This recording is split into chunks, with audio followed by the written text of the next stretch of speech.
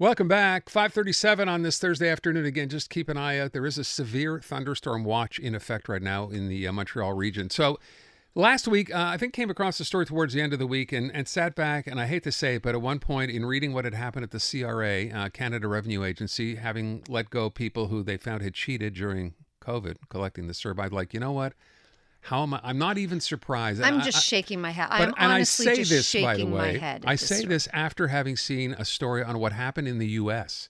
with money that was fraudulently taken from the government for a variety of different schemes. So that's one of the reasons I wasn't surprised. Chris Nardi wrote about this story last week. We want to have him on the air today to break it down. Chris, thanks so much for the time. We appreciate it.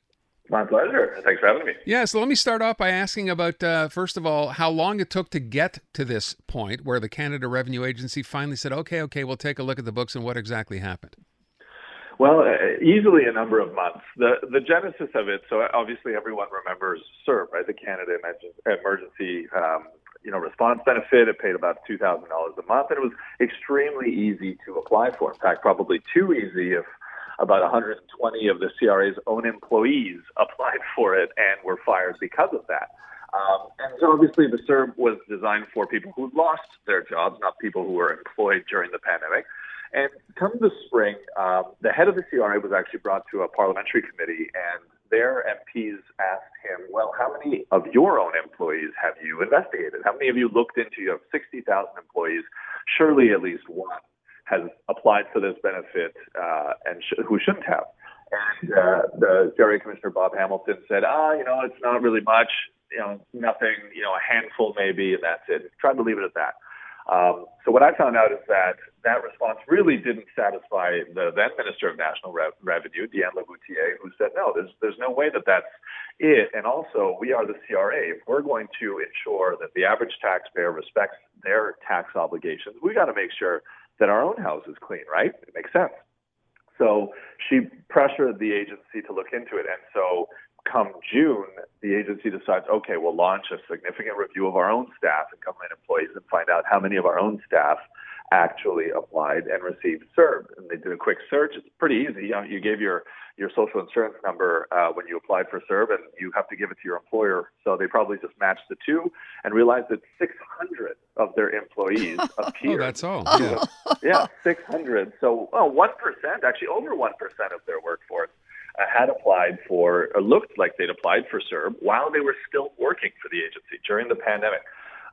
And so they obviously started investigating those much more seriously. And originally, when they first announced it back in June, they said, we fired 20 of those individuals. And then 3 months later, so last week, they put out another update and said, actually, that number has now ballooned to 120. We're still investigating the 480 others. But there are about 30 that we've realized were legitimate claimants. You could be, for example, a part-time worker who only did a shift a week. If you did, you had to make under $1,000 a month, but you could. And if that was the case, then you could legally apply. So there has been a small number of those that were legitimately, but there also has been 120 CRA employees who were fired for fraudulently applying for CERB, and possibly 450 more of them. I mean, at least the 120 were fired. It's honestly mind-boggling. And I understand that, Christopher, on behalf of the National Post, multiple times you've requested lists of the specific jobs that these people were in, but they would keep refusing? Absolutely. They don't want anything to do with that. And they claim privacy reasons. And I'll be pretty clear, when I asked for this list of job titles of people that they investigate. So I didn't want people's names. There are obviously many privacy protections in federal legislation that wouldn't permit them to say, we're investigating X, Y, Z particular employees. But what I wanted to know was what people, who and what jobs are being investigated. Are we talking about, a call center operator who is part-time or a student intern? Or are we talking about auditors in the criminal investigations directorate, right? It's not the same level of employee. We're not talking about the same level of expected integrity, because rumor has it that there has been at least one employee from their criminal investigations directorate who was fired for doing this. Can you look in? Sorry, go on. Oh, no, and I was just going to say, but unfortunately the CRA, I've fought with them and has exchanged nasty emails and talked to legalese with them, but they will have nothing to do with it. They will not tell me even the job titles of the people that they're investigating. Well, is it fair to say this is not over yet, though? Yes, 120 is a lot as a percentage, perhaps not. But, if they first didn't want to do it all, then they said, there's only a few, and now there's 120. Can we assume there are more? At least at the CRA, there's potentially 450 more, right? They're investigating 600. They said 30 of them were legitimate. At least 570 people that they're potentially going to fire for having illegally claimed CERB. And I think it's also important to remember that this is a federal public service we're talking about. It is notoriously difficult to fire an employee because of union protections, because of jurisprudence. And so the fact that the CRA is able to cut them out so quickly shows that it is really bad, that even the union, as of now, doesn't appear to believe that it has a case to defend and to grieve these cases. That could change, but there are more to come, and there might also be other employees in other departments and agencies of the federal government who did the same, and there's a good chance that the CRA takes a serious look at those ones too in the years to come. And if they're fired, can they be rehired? I'd like to know that. And do we know the jobs of the people who were actually fired? I know we don't know the ones that are still being investigated, but do we know the ones that were let go already? Unfortunately, we don't know any of them. They won't. Wow. They won't disclose them. They will claim privacy. I think there's part of it also that's reputational damage control. It's best that people don't know who is being fired.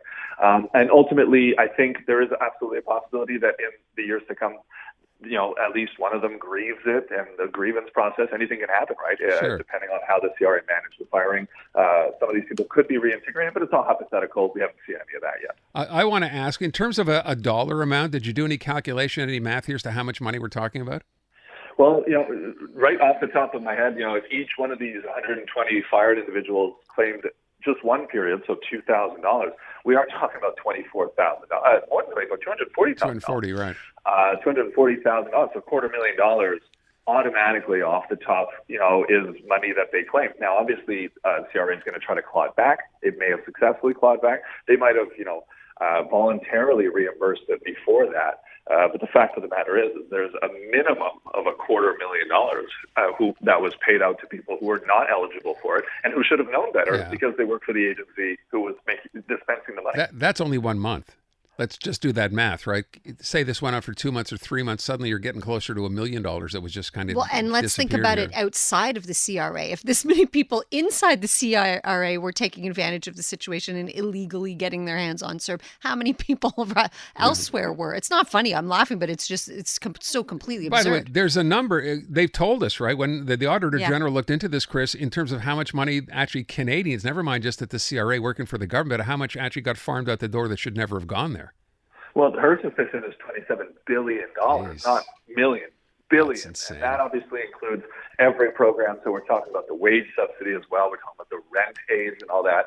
Her assessment is that there's at least $27 billion that the CRA has to look at because she suspects it was ineligible. It doesn't mean that it was, right? But she says you have to look at it. And after that, obviously the difficult task is to recoup that money, right? That money could have gone anywhere to individuals who have spent the money, to individuals who, sent it abroad. There's an infinite amount of ways for criminals to make money disappear. They're very creative at doing it. And so there will be presumably billions of dollars worth of ineligible payments of these COVID benefits that we will never see again. We will never get that money back. You know, my favorite line in this whole story is, it's the one right at the end, Chris, that you wrote. The person at the CRA, the head there, who said that, what the good news is, the employees that had applied for the benefit outside of working hours and not while they were on the job. That's my favorite line. That's right. They didn't do it while at the office. They waited till they left before they ripped off the government.